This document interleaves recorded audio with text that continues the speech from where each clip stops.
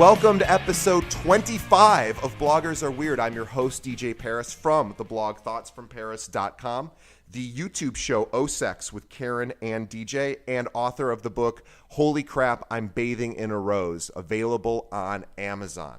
Okay, I've got a big announcement that I'm very proud of. We've got the official Thoughts from Paris mobile application coming your way to your respective app stores in the next month, maybe sooner, if you're an Android or an iPhone user. So what is this app going to be? It's going to be the ability to read my blog, to watch the O-Sex shows, as well as any video blogs I create, as well as listen to this podcast from one location. Also to access my Twitter feed and Facebook fan page. So I wanted to create this as a thank you to you because you guys really do support me in watching the videos, listening to these shows, and then of course reading the blog. And I just wanted to make things easy. And I thought it would be kind of a fun thing to do. And so we created it. My developer's name is Dong Dong, which is the greatest name ever. That's his first name, spelled just like it sounds, in China, and he's working on it diligently. I just saw progress. We're almost done. So I'll be bringing that your way shortly. So I'll thank you in advance for downloading it. It will be free and no advertisements. So I'm really excited. It's just going to be straight content. And it's my way of thanking everyone for continuing to support this show. Okay, today on the show, we have Dino Dogan, co-founder of Triberr.com and visionary social media strategist. And I don't throw those terms around lightly. I think he's that good. If you're a blogger, you really owe it to yourself to listen to this entire interview. He'll give you some great ideas how to get more viewers to your blog. Okay, so this is a long one, guys. It's an hour and 5 minutes. I promise you'll probably not meet a more dynamic social media personality than Dino. I love this guy. So grab a magnum of champagne or whatever your drug of choice is. Mine is chicken teriyaki with asparagus and brown rice because that's what I had for breakfast. Totally normal thing to eat in the morning at 8 a.m. But that's all I had. So anyway, sit back, relax, and enjoy.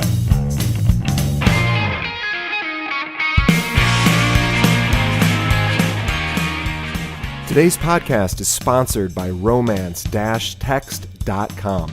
Looking to reignite the passion in your relationship? You have to check out romance-text.com. This is how to use text messages to bring back the passion and reignite the spark you once had. Now, if you're thinking this sounds cheesy or maybe it's just learning how to send dirty text messages, it's actually not. This program by relationship expert Michael Fiore has been featured in over 200 television and radio shows. This program has a money-back guarantee, is normally $97, but listeners of Bloggers Are Weird get a special price of only $47 for the entire program. By purchasing the program, you help support this show. Visit romance-text.com and get the passion back. Okay. So anyway, today is a really special episode of Bloggers Are Weird. Everyone, one of my absolute favorite people and no stranger to great technology, a little bit of controversy, is Dino Dogan from Triberr, which is Triberr, Triberr.com. It's a service I've been using for, probably almost 2 years now, and I've had a lot of success with it. So welcome, Dino. Thank you, DJ. Thank you for having me. I love Bloggers Are Weird podcast. You're not going to believe this, but I have listened to the podcast before. I'm not just saying that. Right? Well, I won't test you. So, so tell I have a lot of audience listeners and readers of my blog that are bloggers. In fact, I bet almost all of them are writers themselves, or at least readers of blogs. Tell us a little bit about Triberr, because I know there's, it's well known, but I know there's a lot of people that aren't aware of it yet. Yeah. So, Triberr came from my own frustration as a blogger. I did SEO professionally for about 2 years. So I know how to use SEO to bring traffic to my blog. But a lot of the clients I was working with, they didn't know SEO. They couldn't afford an SEO guy. They weren't technical enough to do SEO. So I would coach them into essentially what's called a tribe marketing. I would coach them to do tribe marketing instead. And that's just, if you want to raise a child, it takes a village. If you want your blog to be popular, it takes a village, right? It's same as raising a child. So tribe marketing is no different, except, before Triberr, tribe marketing there was so much heavy lifting involved, right? If you're in a tribe with like 15 or 20 people, first of all, it's kind of informal. You have to visit each and every blog every day and, share stuff from there and comment. And it was so, it was like all over the place, right? Yeah. So with Triberr, we wanted to do tribe marketing essentially, right? But we wanted to make it so easy that if you're a writer, if you're just a member of the creative class, right? And you couldn't care less about marketing or tribe marketing or SEO, and you weren't technical enough to do any of that stuff, right? We wanted to bring you into essentially a social network type environment, right? And have you do tribe marketing and you don't even know it, right? It's like when you're 10 years old and you go on a water slide, no one tells you, no one explains to you how to go down a water slide. The environment just instructs you how to go down a water slide, right? So in Triberr, we do that for tribe marketing. No one has to teach you how to do tribe marketing. You're just placed in an environment where tribe marketing happens. Yeah, and I love the fact that you can join. So how it works basically, if you're not aware, is you use Triberr and you join tribes, and these are collections of bloggers or podcasters or maybe YouTubers who are essentially creating content and want to share their content and want to promote other people's content. So you're actually joining a tribe. For example, I'm in a tribe called Laughing Penises and Vaginas. Mm-hmm. Christina Majeski. Yeah, that's right. And again, all we do is we're all humor bloggers, and we share each other's stuff. And I'm also in Rachel Thompson's tribe. I know you know Rachel. Mm-hmm. And she's a humor blogger as well, and we share each other's stuff via Twitter. Yeah. And I love it because they share mine, I share theirs, and it opens up our audiences to each other's stuff. And it's not just Twitter. We started with Twitter, but now it's Facebook, LinkedIn, G+, Pinterest, all that stuff. Tell me a little bit about how the Facebook side works. It works the same way. You just attach your Facebook account to Triberr. And then it's the same button that you use to share on Twitter, right? You just hover over the green button to approve a post, to share the post. And then if you've connected Twitter, Facebook, LinkedIn, or whatever, right, that one action will actually perform 4 functions, right? You approve a post once, and Triberr does the rest. It schedules the post to be sent later on. So that way posts are not sent one after the other, right? And it schedules it to go out to Twitter, Facebook, and LinkedIn. Yeah, let's talk about reach because sure. this is Triberr's greatest strength. Yeah. I think its ability to reach as many sort of eyeballs as possible. Yep. And I've got 77,000 Twitter followers, which is decent size, yeah. but I'm limited to my readership. Yep.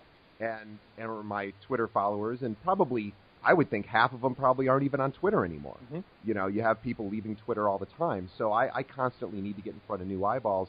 And now I haven't checked my reach recently with all of my Triberr groups, but if I count everyone else's followers, everyone else's Facebook people, it was well into the millions, I think. So I now have the potential to reach that many more people just by other tribe members sharing my content. Yeah. 2 days ago, I read a post in my tribal stream, which is kind of like a Facebook news feed, but on Triberr. There was a post in my tribal stream about how to get more Twitter followers. And I was kind of flabbergasted. Like, are we still talking about this? Why do we need to go on Twitter and generate following one by one? If you can join a tribe of, let's say, 10 or 20 bloggers who are already there, and each of those 10 or 20 bloggers has a few thousand followers themselves, by performing that one function, joining one tribe, you create a connection with 10 or 20 bloggers and with their audiences. So why are we talking about gathering Twitter followers one by one? Like, we don't need to talk about that anymore. That problem's been solved. Yeah, you're absolutely right. And it is not easy building Twitter following unless you have something kind of go viral, which I never have. And it's just a matter of one by one, and it's a very slow process. Yeah. And now I can access, and again, I know it sounds like I'm making a big commercial for Triberr, but I kind of am in a sense because I really like the service. And now you had written a post on your blog, or maybe it was a Triberr blog. It was a Triberr blog some time ago, probably maybe a year ago, about the death of the RSS feed. Yeah. And I want to hear, because right now everyone has been migrating over to Feedly or one of the other services as Google Reader is shut down, and RSS feeds seem to be on the way out. Talk a little bit about that, if you don't mind. So, man, it hurts me to say this, but RSS is dead, right? It pains me to say this. And there's several reasons why RSS is dead. First of all, RSS is geeky, right? There's so many people out there, so many bloggers out there who have no idea what RSS is, what their RSS URL is. They have no idea what RSS is, right? And they have no idea how to leverage it. They have no idea how to use it for marketing. It goes back to, are you a marketer or are you a member of the creative class? If you're a marketer, RSS is great. Well, maybe not, right? But you can use it. But if you're a member of the creative class and you care about the creative process of creating content, whether it's audio or text or video, it doesn't matter what it is, right? This marketing crap is just crap, man. So there's so many bloggers out there who have no idea what RSS is. And then how do you expect their audience to know what RSS is? So first of all, RSS has always been in the domain of the geeky, right? It's always been the geeky thing. Second, from a blogger's perspective, making money through RSS is just super hard, man. Right? Yeah, I mean, the only people that are able to do it is if you post excerpts and drive traffic back to your blog. It's the only way to do it. Which creates poor reader experience. Yes. Right? So it's like there's so many things wrong with RSS. So what we did, we looked at RSS. We looked at some of the other stuff that's out there as well, like email marketing. For example, again, something that marketers relish, but it's something that the creative class could care less about, right? Creative class just doesn't know how to use email marketing, and they don't want to know, and they shouldn't know, right? And then we looked at Facebook fan pages, right? I know Facebook did away with their EdgeRank like 2 days ago. Yeah. Well, they renamed it, right? But when EdgeRank was active, whatever you post on your Facebook fan page, 17% of your fans would actually get to see it. Right. Right? So we looked at all these problems, and we created something called an atomic tribe. Do you have an atomic tribe, DJ? It's so funny you mention that. I was just talking to Rachel Thompson earlier today, and I said, she has one, and I'm on hers, and I said, what's been your experience? Because I'm actually a part of a few atomic tribes, but I don't have one. And I said, should I just go ahead and man up and get one? Because I've been staring at it for a year now, and I haven't done it. And she said, yeah, you got to do it. So believe it or not, I'm actually signing up either today or tomorrow. Well, first of all, you should do it. And second of all, we have a campaign, influence marketing campaign starting that pays $267 or something for 30 days. So you'll make your money back and then some, because I'm going to invite you into that campaign. Boom. Boom. Tell us what an atomic tribe is. All right. So we looked at all the issues with email marketing, with RSS, and with Facebook fan pages, and we decided to solve all three of them in one fell swoop. And it's called Atomic Tribe. So when you are a Triberr Premium member, which is $10 per month or $40 per month, depending on the level, you get an Atomic Tribe. An Atomic Tribe is essentially only your content gets shared. So however many people join your Atomic Tribe, only your content gets shared. Only your content is connected to that tribe. So it's really meant for two types of people, super fans or employees. So if DJ has super fans who are perfectly fine sharing DJ's content across their Twitter, Facebook, LinkedIn in a completely frictionless way, they can set you to manual as well, but it can also be totally automatic. If they're your super fans and they trust your content, they join your tribe, they can now share your content, frictionlessly. So, like RSS, they receive your content in their inbox, right? So that kind of solves, Atomic Tribe is kind of like joining a Facebook group, but you get this RSS functionality where you receive the content in your inbox. So go ahead. I was going to say, so basically every time I post, as I'm building my tribe, I'm looking for people that say, hey, I like DJ's content. Mm-hmm. My Twitter fans, my Facebook fans, they all like DJ's content, and I want to automatically share it because it not only drives people to see that I'm distributing good content, mm-hmm. but also as a thank you to DJ for maybe sharing my stuff as well. Absolutely, yeah. So, like RSS, they get an email they get an email in their inbox of your content. Like email marketing, or maybe unlike email marketing, you can use your Atomic Tribe to do a kind of an informal email marketing. So you have like a tribe council type area, which is kind of like you have in a group on Facebook, right? And when you post something in that group, everyone in your tribe sees it. So you can do a kind of informal email marketing, which I think is a lot more friendly, a lot more approachable. It's what people know how to do because Facebook has trained them to essentially do that, right?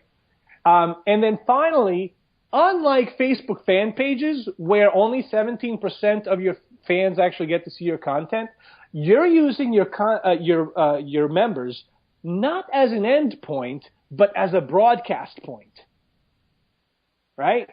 So right. your fans become a broadcast point and start bringing their audience into your to your blog, which it just works incredibly well. So that's basically Atomic Tribe. What's your opinion on Facebook these days? I was just in a G+ group talking about this stuff. First of all, I'm a heavy Facebook user, right? I love Facebook, but at the same time, I could care less what's going on with Facebook.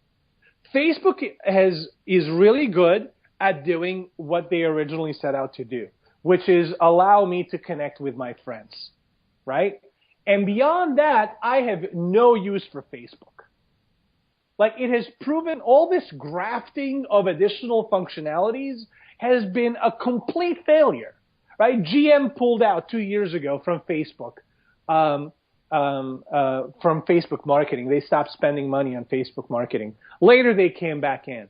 And like, there's, this, like, I don't think Facebook marketing is fundamentally sound because people on Facebook are not there to look at ads or to be marketed at. They're there to connect with their friends and play games. You talked about being in a G+ hangout. Mm-hmm. Are you a Google Plus fan? Yeah, G+ is fine. They have Twitter trust model and Facebook functionality, right? So on G+, I can follow you, but you don't have to follow me. So that's exactly a Twitter trust model. It's one directional, right? Facebook, it's a bi-directional trust model. It's like, I friend you, but you have to friend me back as well. They added this subscribe nonsense recently and whatnot, but, Facebook is basically bi-directional trust model. So G+, which came out about 2 years ago, around the same time as Triberr actually, G Plus came out, and it's this unidirectional trust model. I think the Hangout feature, I think it has great potential. But again, it's like you don't go to any of these networks for the sake of those networks. You go to those networks because of the people. Right. So that's really what it comes down to. And it's funny. I'll tell you my story because it's actually it's from an SEO perspective. I think you'll get a kick out of it. I met you at the New Media Expo this year. Previously, it was called Blog World, and the year before it was in LA. And I was there, and I had at the time I was number one on Google for the term funny blogs. Why was I number one? Because I basically bought a ton of backlinks with that anchor text, which back when Google hadn't figured out how to disallow those links. So I did what every black hat SEO did back then, which was buy my way up to the top. And as a result, I was getting thousands of hits a day for people looking for funny blogs. Now, obviously, from an integrity perspective, Google doesn't want my single blog being at the top of their search result because that's not what people are looking for when they type in funny blogs. They want a list of funny blogs. Well, nobody else was doing that at the time, so I was above Time Magazine and Huffington Post. And, it was pretty silly. Well, I bought like 30,000 backlinks over a year. How much? I probably spent maybe $500 total. I mean, it was so cheap back then. Well, this is back when JCPenney got spanked by that New York Times article. I remember that. Oh, yeah. And all of a sudden, Google said, we need to fix this, what they called link spam. And so they did. And through the Panda and Penguin updates, I got booted, and along with many, many other people. But I got booted, and now I think I'm number 59 or something. So no one's finding me. But what happened is my traffic, and I had no Twitter followers, and I had no Facebook fans. And I literally, my traffic dropped like 80% in one day. And I have advertisers. I have people that pay to be on my site. And all of a sudden, their links, their clicks went down. My page views went to almost nothing. And I thought, oh no, this is very bad. And so, thankfully, about that same time, I found Triberr through Rachel Thompson, and she said, "You got to check this out. This is the most fascinating service." And as a result, it's not just through Triberr, but through a lot of my efforts on Triberr, I've actually built. Now I actually get more views than I did before, but I used to just get it all by being number one, and now it just doesn't. In fact, I'll give you a perfect. This is how little SEO has helped me recently. I am number 8 on Bing right now for the term funny blogs. I'm still number 8. I got 0 clicks in the last 6 months. I just checked. 0 clicks, and I'm number 8. I'm on the first page. I get no clicks. That is amazing. So, I mean, people would kill to be number 8, and I got actually, it's not that important. That's incredible. So, and so the idea of the peer-to-peer share is so great. And you're right, as far as Facebook goes, I have a few thousand fans on Facebook, but most people don't see my posts. And also, I find it a little bit hard to engage on Facebook. Twitter, I find it a little bit easier. But yeah, I haven't found Facebook to be really as helpful as I thought it would be. But the Twitter sharing for me has been just monumental. And I'll tell you, I was just looking at my traffic, and about 30% of my traffic right now comes from StumbleUpon, which I think is outside of most people's awareness. And you guys are integrated to some degree, I mean, as much as you can be with StumbleUpon. And I think, I had created a tribe called StumbleUpon Stumblers where all we were doing, and I sort of let it lapse, I need to restart it, but we were just stumbling each other's stuff. And it was your idea, and I thought, that is a great idea because a lot of people aren't aware how powerful StumbleUpon is. Yeah. StumbleUpon is cool. Is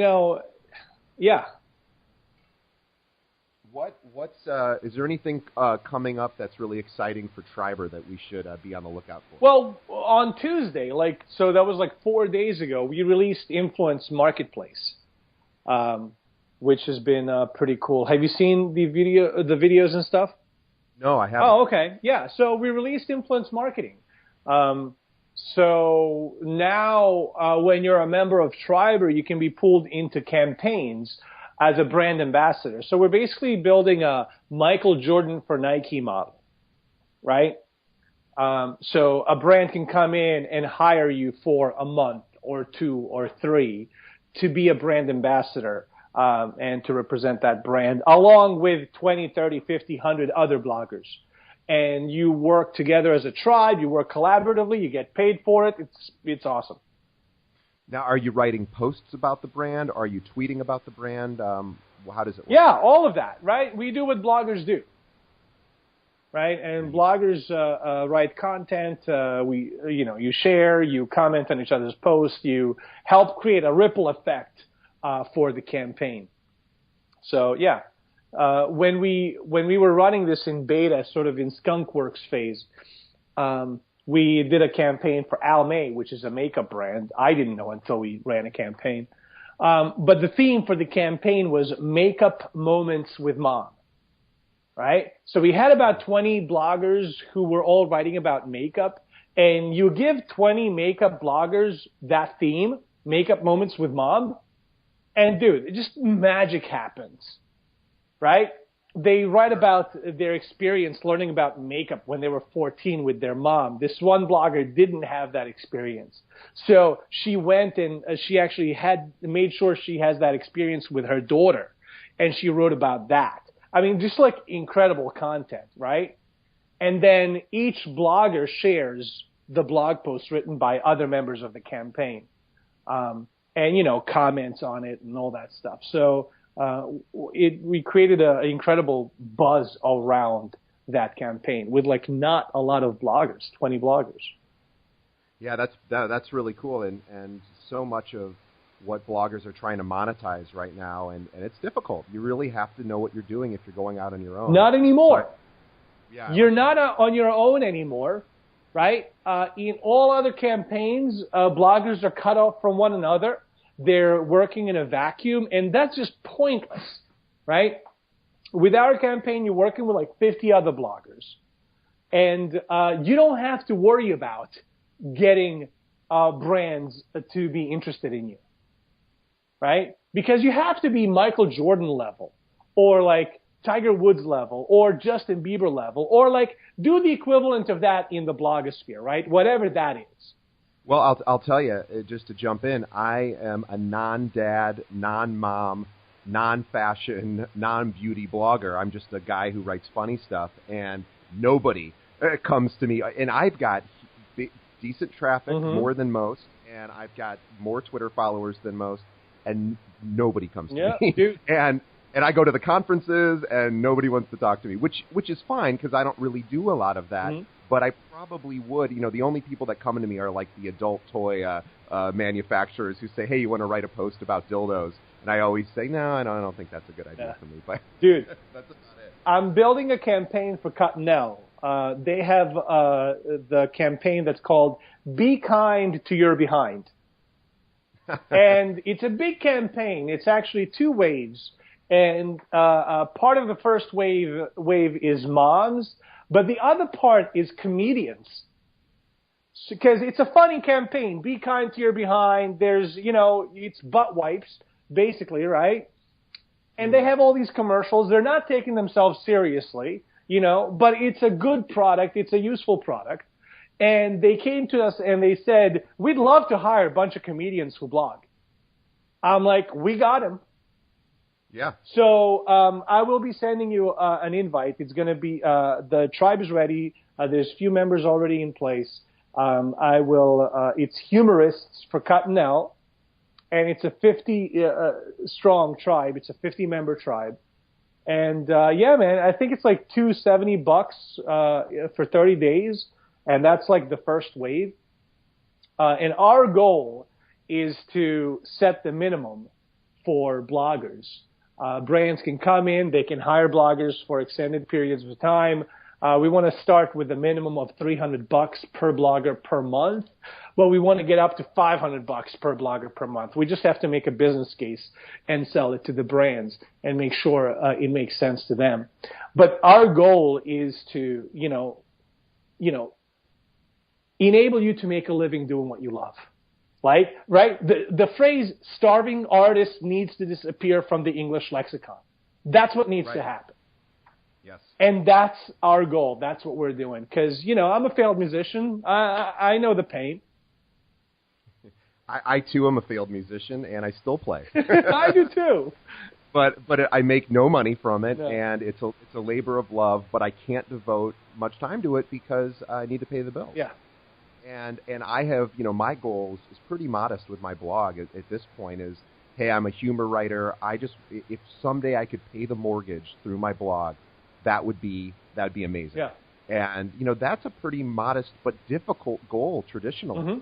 So, any chance of monetizing by maintaining integrity, which, a lot of times, writing blog posts, sponsored posts, a lot of people cash in on that integrity. But I think, there are brands like, I met the Cottonelle people at BlogHer a few weeks ago, and they seemed really cool. You know who you should go after right now? You should talk to Jockey, because they've got a campaign which is really funny called Stop the Stink, and they've got this new underwear that apparently keeps odor in, so that you don't smell with your, and that would be a hilarious campaign to do. So I love the idea of writing funny things where these brands said, hey, just be funny, write your own stuff. And here's another thing: I write for a humor website called Aiming Low. There's about 15 of us. We're all super funny. And yet I don't tweet out everyone's posts. Well, why don't I just create a Triberr tribe with my... and then at least I'm sharing my fellow humor writers' posts. Absolutely. And so now how does because I know your pricing model has changed over the years. Tell us, if you're brand new to Triberr, how does it work price-wise? It's free. Oh, yeah, that's right. It's always been free. We used to have virtual currency, which we deprecated about a year ago. Oh, I had so much virtual. Well, actually, this is kind of funny. There was a bug, somehow maybe just attached to my account. I don't know, but I kept earning virtual currency every time I spent it, or something like that. So I didn't abuse it. I think I didn't want to be stealing money out of your pocket, but I did have there was a little bug there on mine, which was it was a nice bug. All right, good but deal. I didn't abuse it. So we have a premium model. It's $10 per month or $40 per month. And basically it lifts some of the limits and it gives you atomic tribes. So for example, we have a silly limit of 14 posts per week. So if you publish more than 14 posts per week, congratulations, you're very prolific.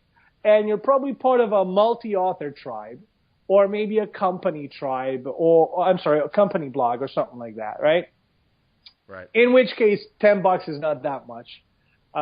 So if you're a singular blogger, writing, let's say once a day or something like that, Triberr is completely free. There's no need for you to upgrade. The $40 option is mostly for companies or for company blogs. That's it, man. Now, the only criticism I ever hear about Triberr, and it's funny because Triberr is a tool and it's a neutral tool. It's not, but it's one of those tools that if you don't sort of put some thought into how you're going to use it, you may or may not have a good experience because you have to join the right tribe. It's everything. And so it's one of those things where I only join tribes where I like the people's content. Obviously, right? Yeah, if I don't like their content, I'm just going to be a burden to them because I'm not going to publish their stuff. They're not going to like me in the tribe. Yeah. And then I don't want to publish their stuff, and so... What's the point? What's the point? But if you find... So it's really all about tribe creation, I think. Absolutely. You are who you're with, right? So be with good people. And so much of our success in life depends on people that we surround ourselves with. That's just a no-brainer to me, right?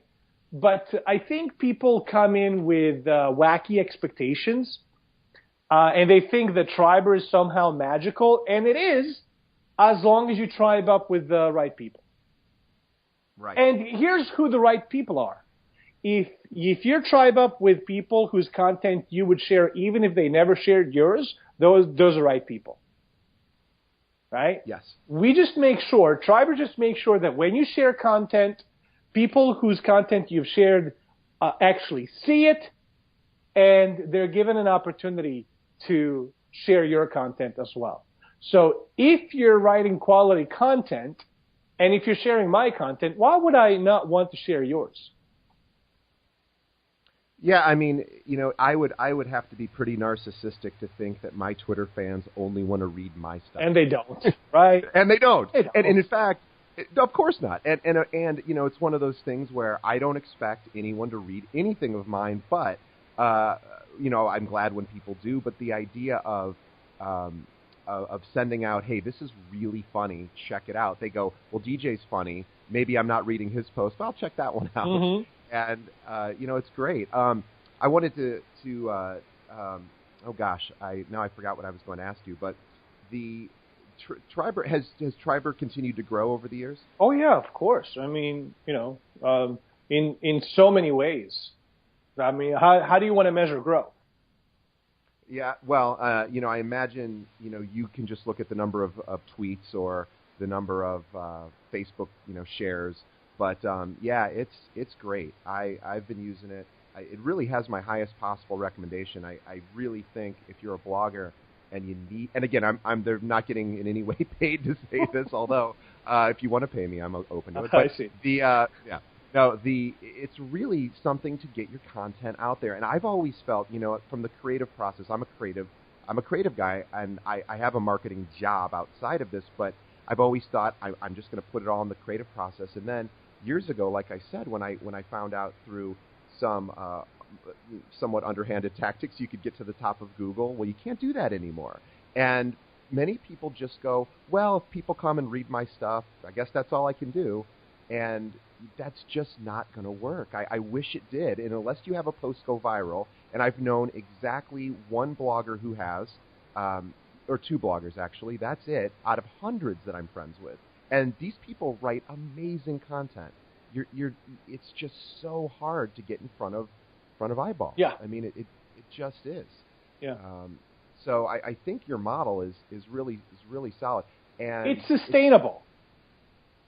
Yeah. Right? I think that's the important piece. If you put in, it's made to leverage every little tiny effort that you put in, it's made to leverage the benefit from it tenfold. But you got to put in some effort, right?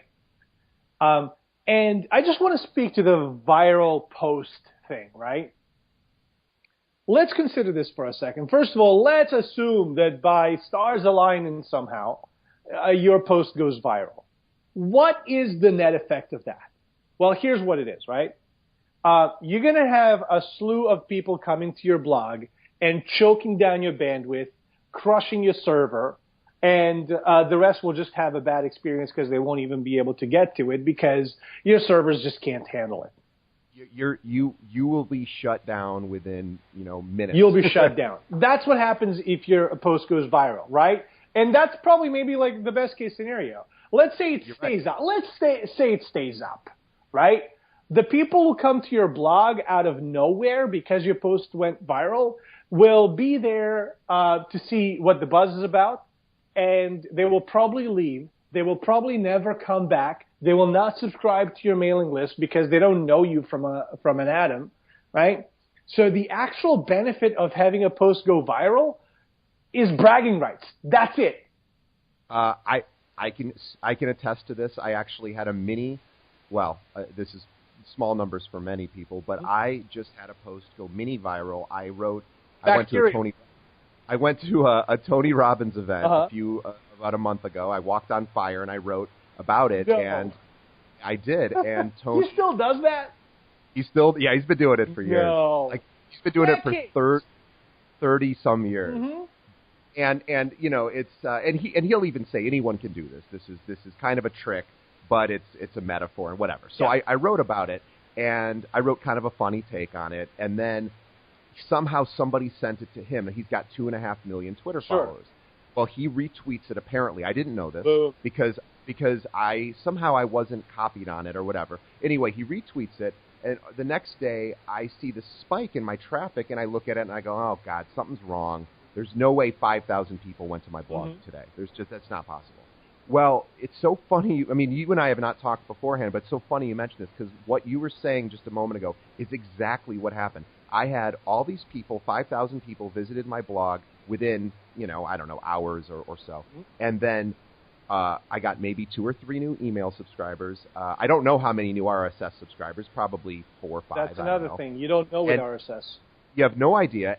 But I can look at my email subscribers, and adding only a few is not good. And then the other piece is, and I really don't want a lot of email subscribers, but the button's there. They can click it. No one clicked it. And also, the next day, my traffic went right back to where it was. Yeah. I mean, literally, I can show you the Google Analytics graph. It is shocking. It's like a blip on the radar, and it was gone. Yeah. And look, I think and I'm pretty comfortable and confident with my content. I don't think I write garbage. I think my stuff's as good as anyone else's. And truthfully, it just didn't help me one bit. Right. I mean, it's a bragging thing. I can brag that Tony Robbins tweeted something, and that's about it. Yep. That's it. Viral is not the Holy Land. It's not the Promised Land. It's not the Holy Grail. No, I mean, at best, it grabs the attention of a book publisher who then says, hey, maybe you should write something, and to which, you put together a book and it makes little to no money. And I don't mean that nobody's books, there's a few bloggers that have done extremely well, but that's about as much light at the end of the tunnel as a traditional blogger sees when they have a post go viral. Yep. So we need to change that, man. We need to enable low and mid-tier bloggers to make a living. That's what needs to happen. Yes.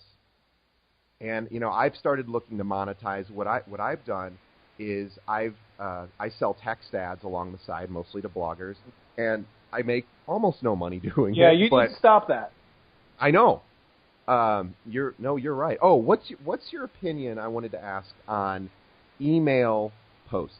So somebody subscribes to my email MailChimp service. They get emailed when I do a new post. What are your thoughts on email readers? Yeah, I mean that's fine. I have what is it called? RSS to mail, right? So every time I publish a new blog post, everyone who subscribes to my email list gets my blog post, right? So, I mean, it's fine. I would much rather have Atomic Tribe, which I do, obviously, right?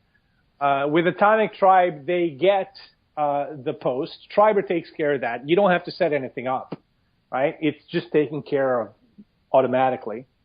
With RSS to mail thing, my subscribers are an endpoint. Post goes to them in their inbox, and that's where it stays. But with Atomic Tribes, they become a broadcast point, and that's a lot more sound in terms of grabbing eyeballs and attention. So, I mean, it's fine. I have it on my blog. I don't force it either. I don't care about subscribers anymore. Yeah, I mean, you really, and one of the things that's really interesting about your whole vision and personality is you have made these very specific viewpoints on things like RSS. You talked about at the conference I saw you talked about learning a lot from cult leaders about how to use the more positive aspects of influence and in some of these leaders. Can you talk just briefly about that? Yeah, so let me plug an event, Planner Tech in New York City. I'm going to be speaking at Planner Tech, which is a conference for event planners. So that's on the 13th if you're in New York City. I don't know if you're publishing this before then. But come and say hi. But I'll be talking about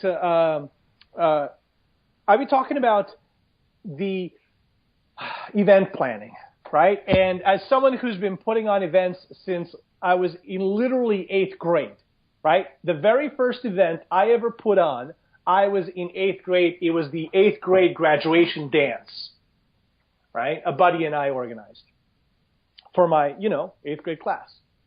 So So I was thinking about what is it that event planners need to learn that I could tell them that would be useful to them. So, I'm like, do I tell them about being in social media? Well, everybody knows they need to be in social media. You know what I'm saying?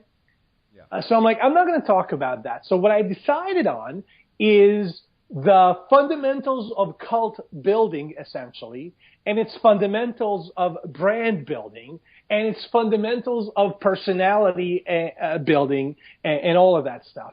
I decided to talk about one thing, polarity. And you've been at the NMX session. You know where I'm going with this.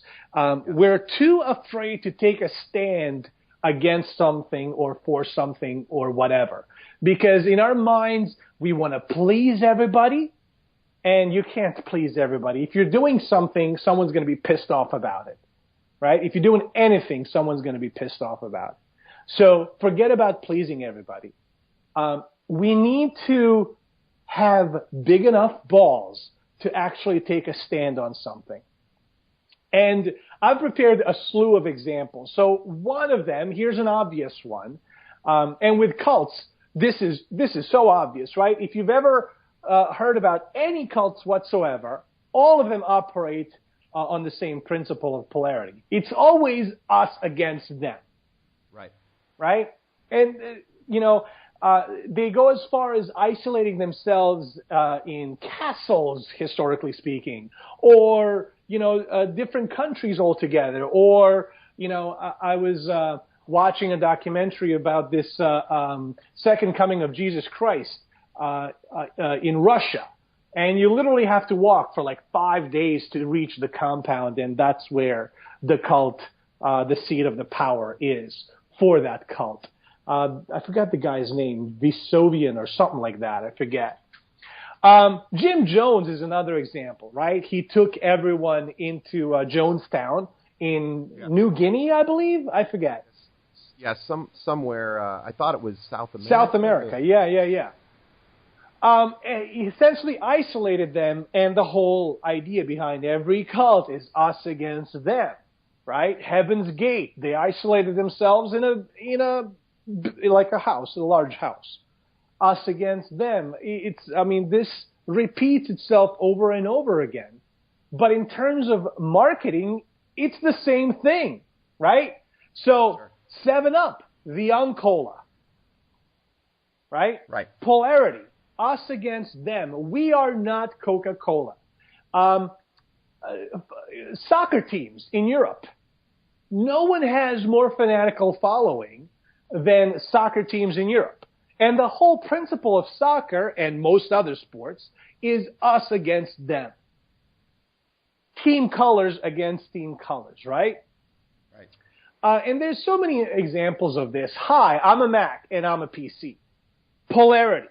Take a stand. Right. Who are you for? Who are you against? When Triberr first came out, we took a stand. I said, 1% of super blogs get 99% of attention. Right. And their content doesn't warrant that kind of attention. The truly great content I read on small and medium-sized blogs. So Triberr is not for these super blogs. They can go fuck themselves. Can I say fuck on your show?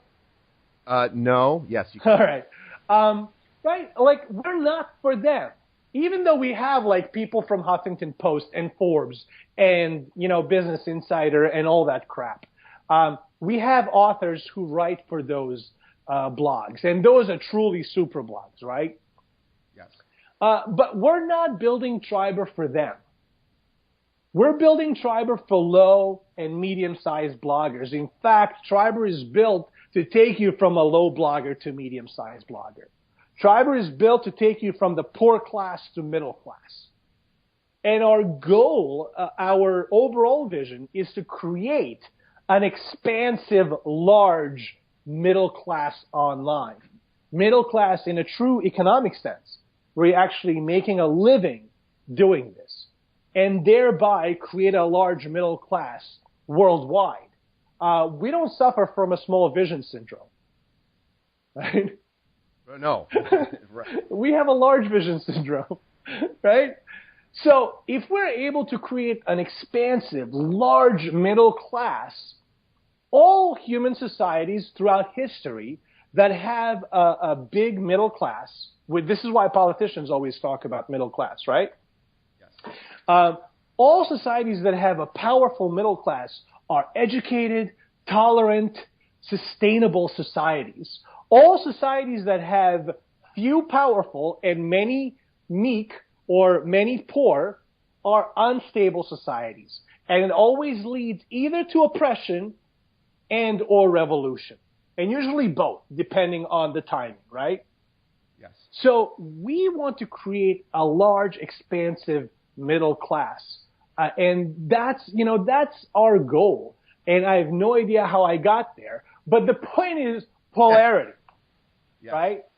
Polarity is take a stand against something. Tell everyone who you're for and who you're against. Identify yourself as standing for something. Yes. Yeah, my blog, I have every time I write, I have 3 principles, which is basically what you're talking about, is have principles. Mine are truth, humor, and vulnerability. So it's like, can I continue to be honest, vulnerable, and funny? And at the same time, I look at bloggers or writers who, try to be funny and then, maybe change some of the details of their story, or they fictionalize, some of their and I hate that so much.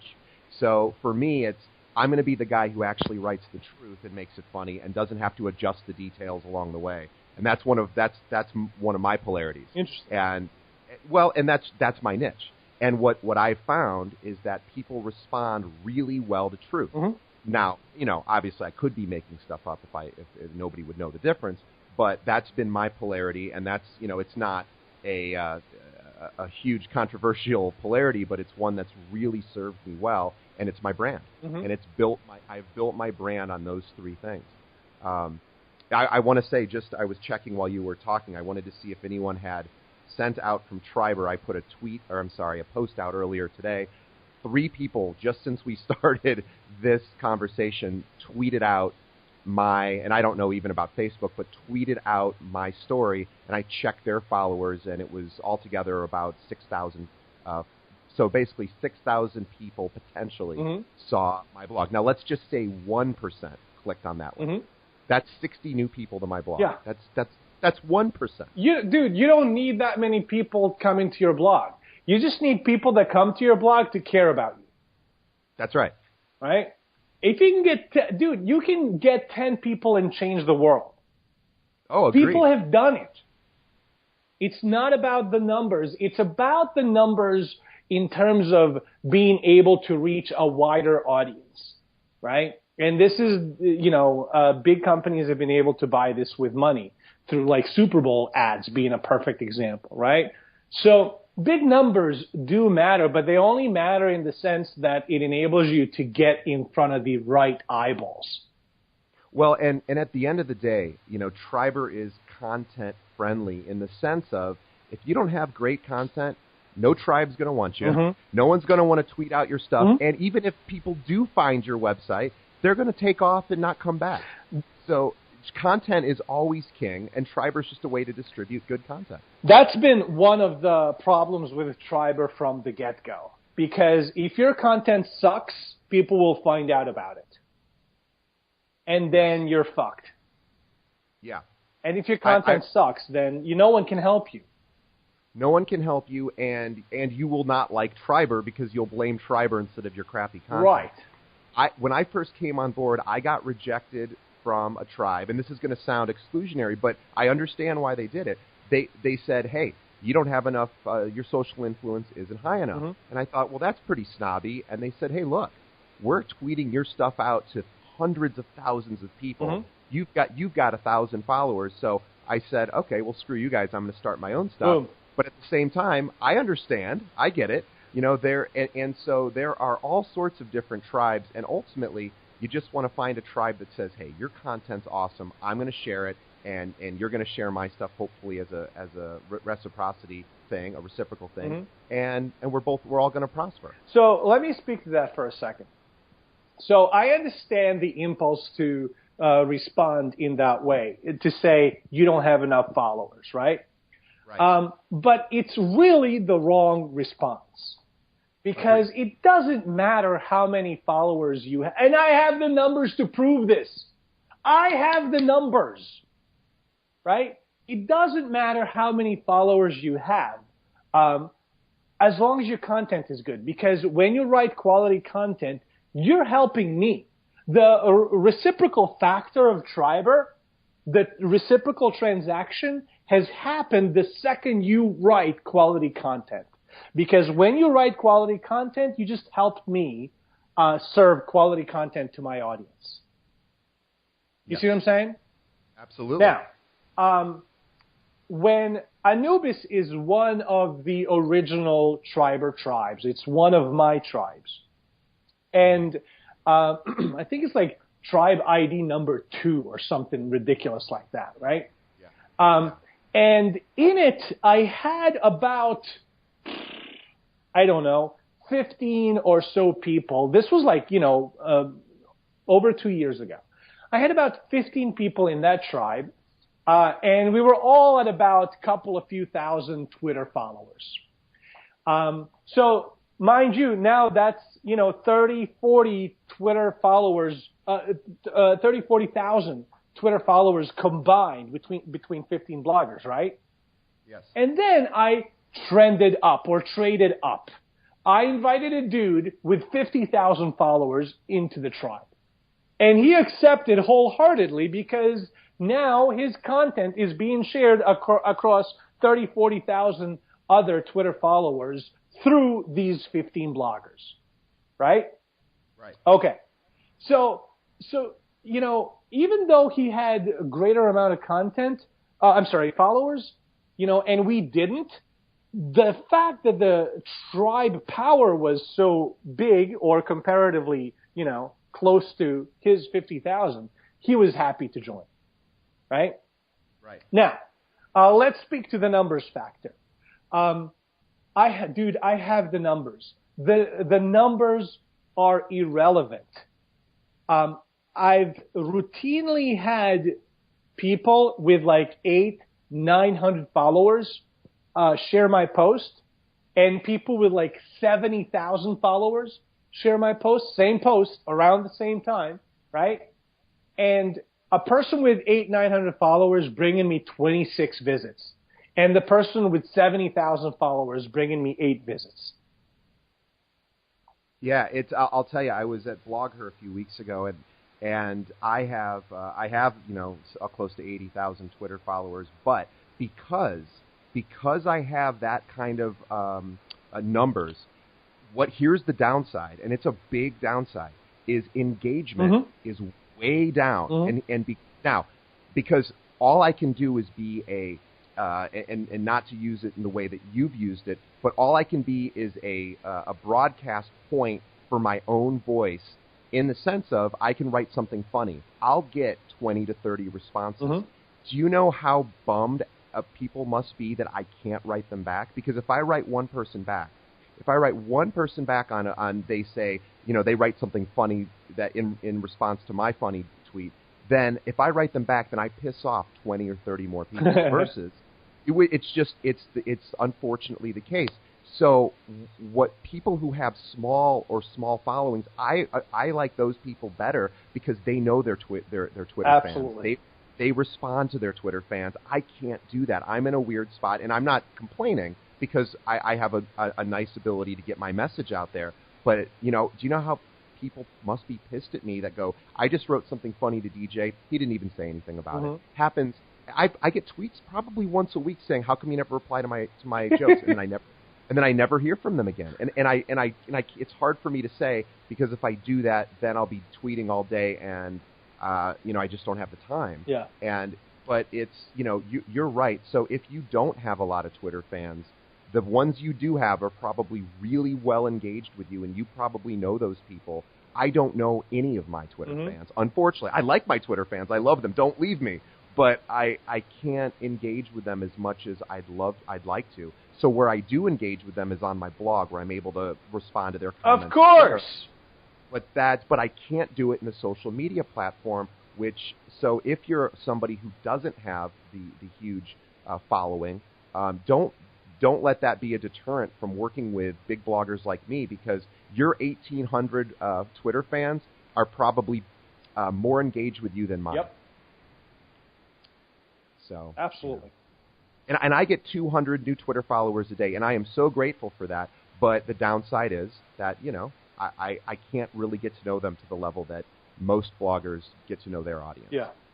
Well, what social media networks have done, Twitter, Facebook, G+, all of these, what they've done is they've taken the conversation away from blogs and onto these social platforms, right? And the problem with that is that every time we tweet, every time we post a Facebook update, we're building their empires with our bricks. That's what we're doing. So the whole goal behind Triberr is we're trying to create a social network that brings conversation back onto the blog. And actually, recently we rolled out, like literally a couple of weeks ago, we rolled out a live conversations area inside Triberr. I don't know if you've had a chance to check it out, DJ. Did you look at live convos? No. Okay, so live conversations is essentially a live stream, just like Twitter stream, right, of all the comments that are being left on blogs across Triberr members, right? So if you ever, as a blogger, if you ever wondered where is everybody and what are they talking about, live conversations is the area that's going to tell you where everybody is and what are they talking about, and you can join the conversation. And the conversation that happens is around a piece of content. Right. And that's a subtle change in framework, but I think it's an important one, because now these are essentially comments on your blog post. Yes.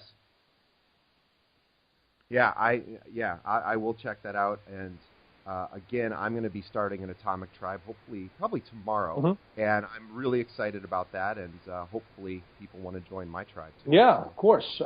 Ping me later, and I'll show you how I funnel people into my Atomic Tribe. I have a big orange call to action underneath my each blog post that links to my Atomic Tribe. That's how I bring people into my Atomic Tribe.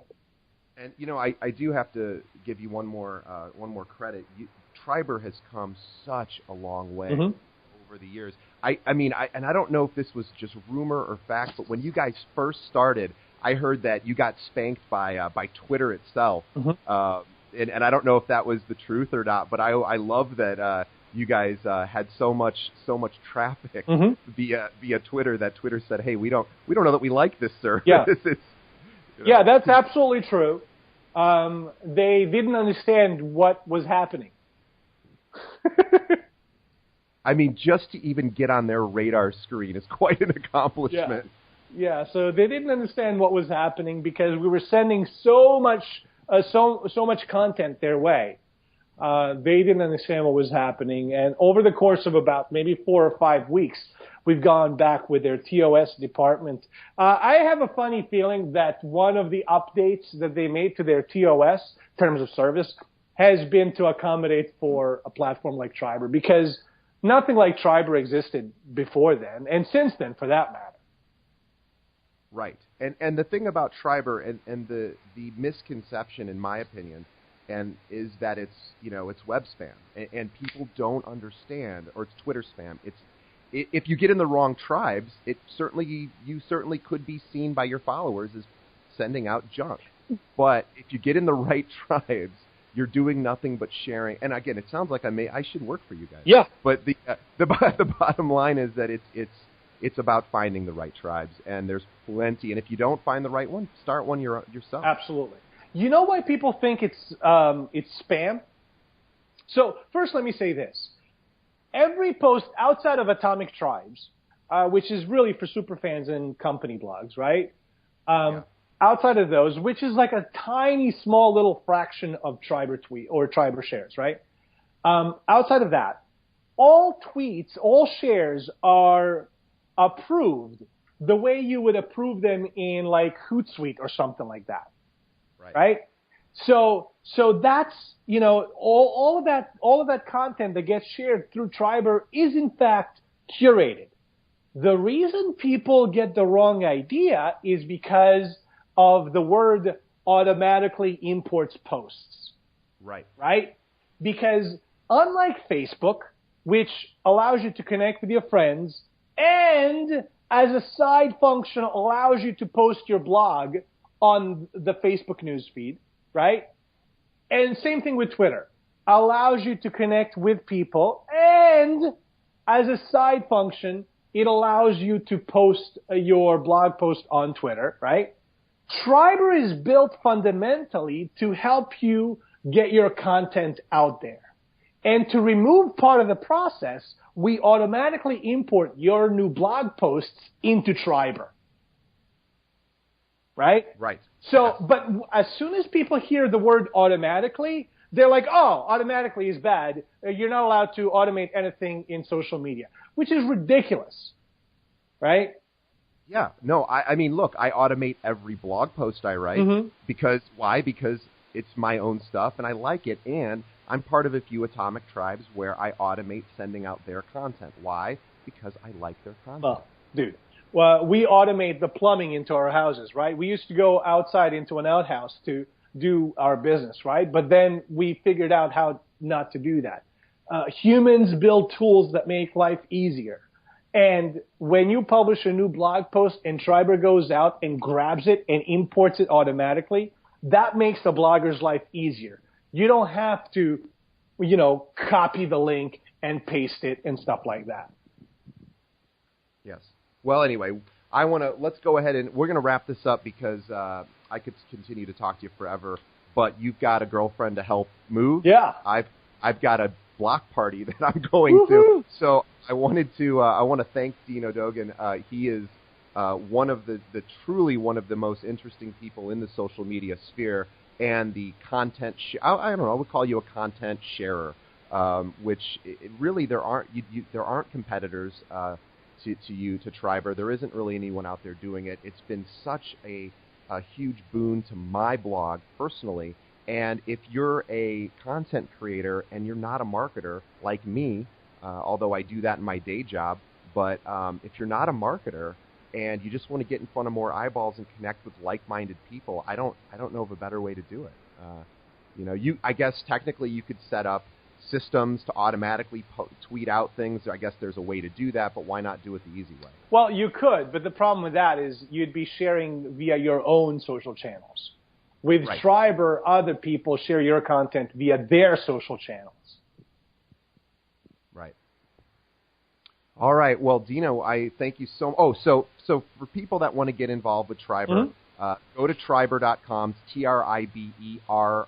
So Triberr with 2 R's.com. Sign up. It's free. Join some tribes and, connect with people. So how do they actually find tribes? Is there a tutorial where they can go and figure out how to do that? Yeah, well, there's help.triberr.com, but also you can search for tribes based on categories. You can search for people inside Triberr, see what tribes they belong to.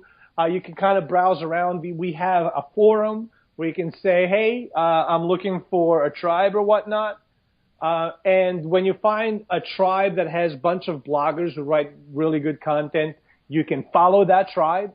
And when you follow that tribe, Triberr is going to ask you, are you a blogger? Would you like us to ask the chief for the promotion into a full-fledged member? And if you say yes, the chief gets an email, says, hey, DJ wants a promotion, and then I, as a chief, can go and check out your blog. If your blog is suitable for the tribe, I can promote you to a full-fledged member. And when you're a full-fledged member, the other members see your blog posts in their stream as well. And I'll say this lastly is that I am looking to find other like-minded humor bloggers. I'm going to start a humor atomic tribe and basically find like-minded and like writers to basically send out and connect that way.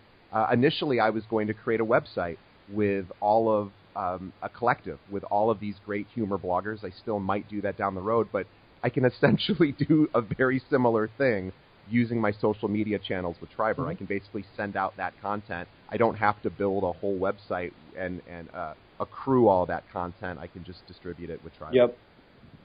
All right. Well, anyway, thanks, Dino. I really appreciate your time, and we went real long here, so I know you're a busy man. That's what she said. Thank you, DJ. All right. Have a good one. You too. Bye.